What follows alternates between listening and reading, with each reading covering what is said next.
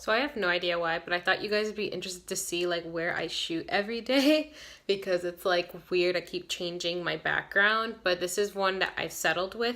So this is like a corner of my room and this is like my little station here. So I literally just finished filming, but this is the struggle of a startup YouTuber.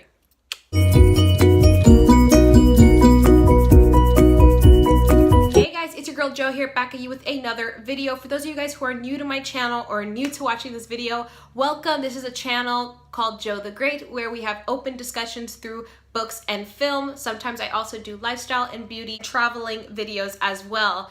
But for this video, this is going to be a second part of the video that I uploaded yesterday. If none of you guys have checked it out yet, it is me sharing my top 10 places that I'd love to visit within the next decade. So I will leave it in the suggestion box. You guys can go ahead and check it out. But this video is basically just me sharing a compilation of books and movies that have inspired me to travel. I have been traveling, like I said in my previous video, throughout my life. It started with my love of literature and film, and so I wanted to share that with you guys. If any of you guys have grew up watching these movies or read these books in your childhood or throughout your life, definitely leave it in the comments below because it would be really cool to meet other people that were moved the same way that I was because of these. But without further ado, let's just jump into the video. So I'm gonna start off my list with a book series, and that is The Magic Tree House by Mary Pope Osborne. I'm sorry, I temporarily forgot her name.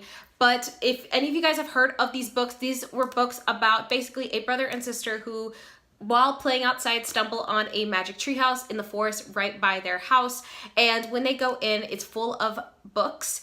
And so one thing led to another. And as they're going through the books, I believe it was Annie, who's the little sister, says that I wish I can go there. And so the treehouse whirled around and took them to that place. This is The Dinosaur Before Dark is the first book of the series. There's probably close to 50 books in this series where they go throughout history and different parts of the world, and it's so incredible. And these series, I literally would stay up reading them one by one. My sister was crazy about these as well, and she's a non-reader. So if you're someone who doesn't really like to read, these books especially will get you back into that love. It is so incredible. I feel like anyone can get into them.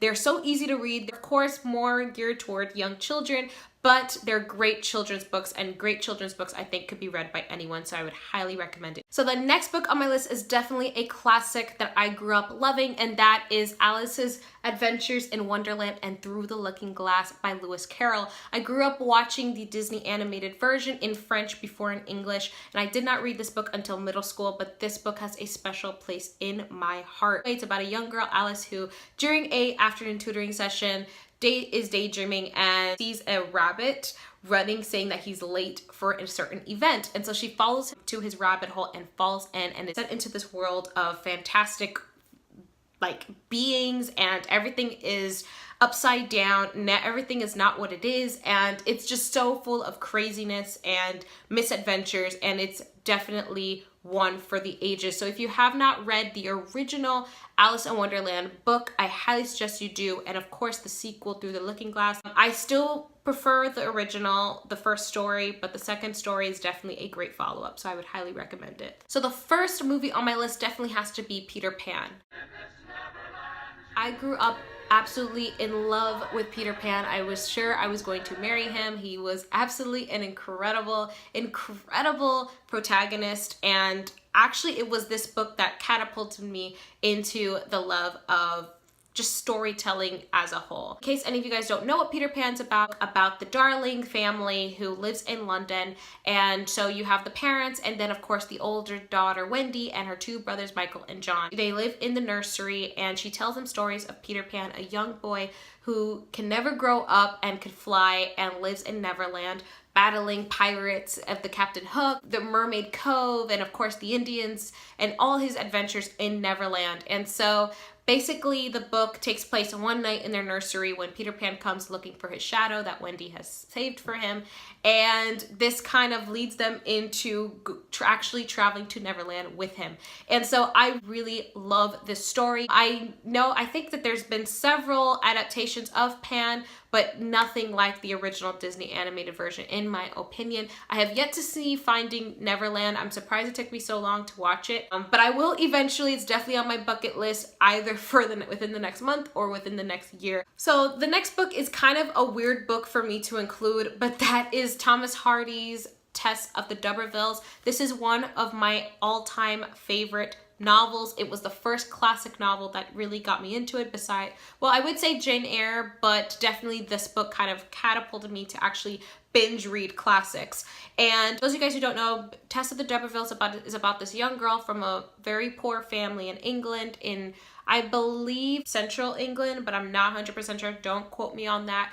But basically she's sent by her family to claim her lineage with a very wealthy Durbervilles, and so she works for them. It kind of puts her into a certain path that leads her to misery and heartbreak, but at the same time some really beautiful romantic and humane moments as well. And so this book is very somber, but at the same time the way that Thomas Hardy puts the picture of the countryside of England into perspective so beautifully in this book, just like Charlotte Bronte and Jane Eyre, but he touches base on it a lot more. I found myself wanting to go to the churches that she was going to the villages that she was visiting. I just really found myself put into that world, and so I would really love to visit England and actually see the countryside that inspired the settings of this book. And so definitely I would, if you have not read Tess of the Durbervilles by Thomas Hardy, you should definitely read it. If you're not interested to read it, you can also watch the BBC adaptation of it. I believe, forgot the name of the guy who is in the Fantastic Beasts movies. He plays Angel Claire, who is her love interest. So definitely check it out. I will leave the links down below if you're interested to watch the entire adaptation. The next movie on my list, actually, I mentioned it in my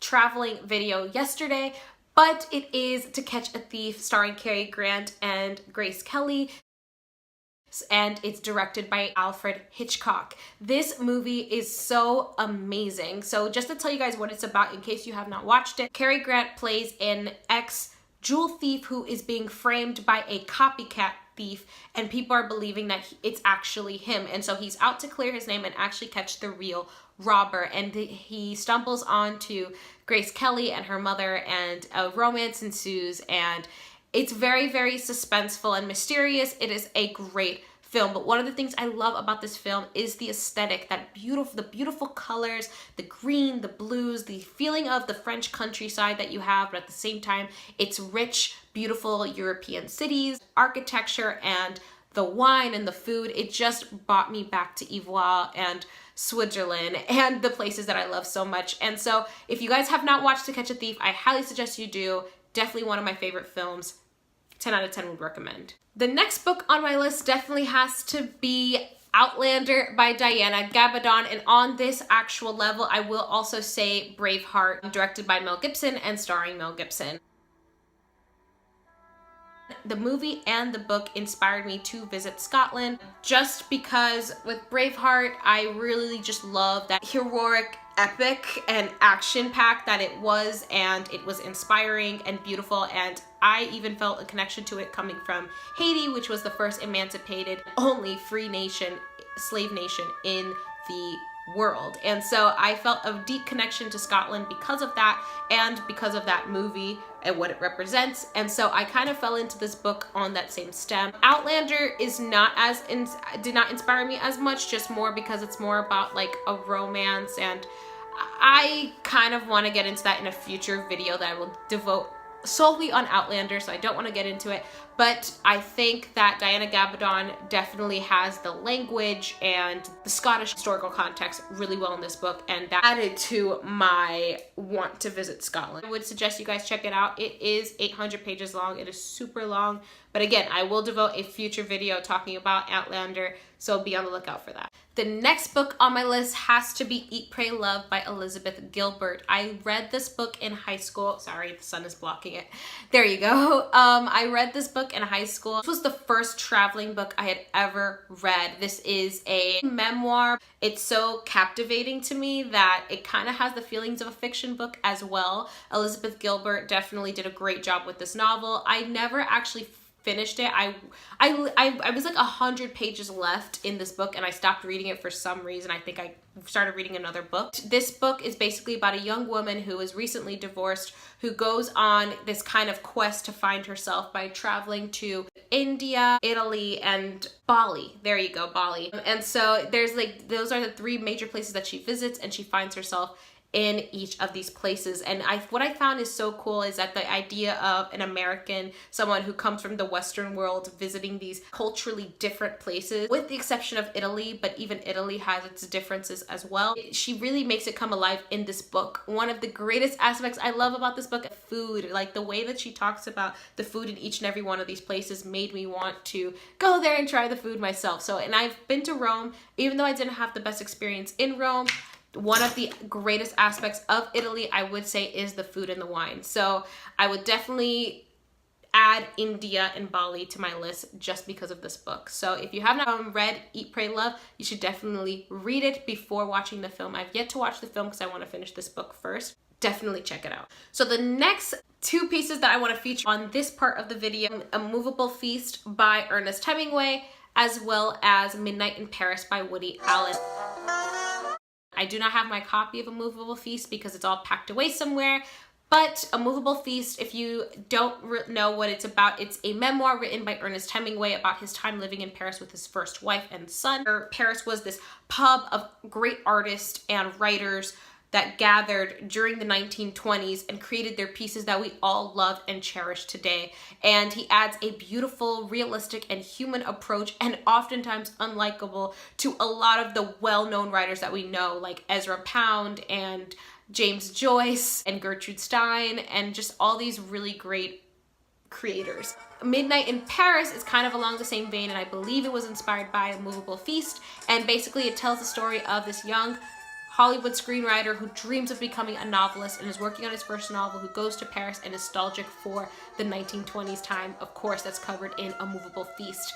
And I have such a deep connection with this movie just because I'm a nostalgic myself, and this movie has such a deep resonating message that it hit me really hard and it made a huge impression on me, not only as a writer and hopefully a future filmmaker, but also as a human being. So I would highly suggest you guys check out the movie if you haven't, and read the book. The next movie on my list definitely has to be Anastasia. This movie has a special place in my heart, and I think a lot of young millennials' hearts as well. This movie stars Meg Ryan as Anastasia. It is a Fox movie, and this movie basically tells the story of the last surviving young daughter of the Romanov family that was killed when Imperial Russia was overthrown by the Soviets. And it kind of tells the story of how she escaped and became an orphan in an orphanage and went to go and search for her family.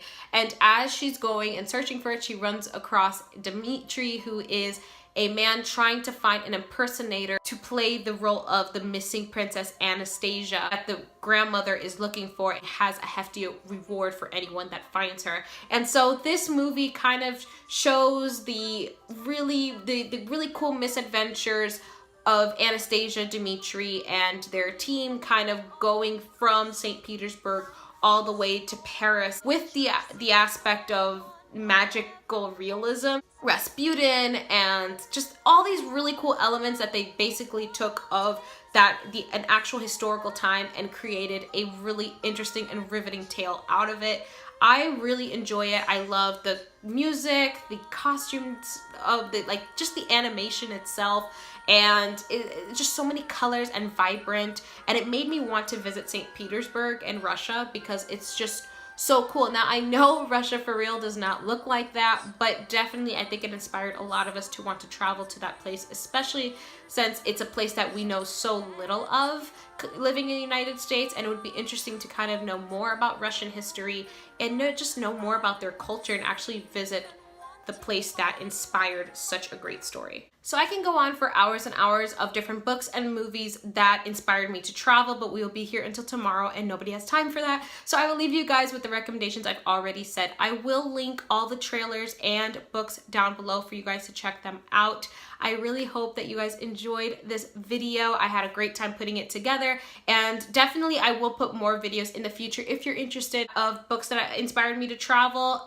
There are just so many more that I would love to feature. Definitely be on the lookout for that. Let me know in the comments below if you agreed with my list, if any of the movies and books that I've mentioned inspired you to travel as well, or are books and movies that you love that inspired you as well and I didn't mention it. Leave it down in the comments, and I would totally love to, if I have not checked it out, I would love to read it myself or watch it myself. So I'm definitely looking forward to that. Anyway, thank you guys so much again for watching, and I will see you in the comments. Bye.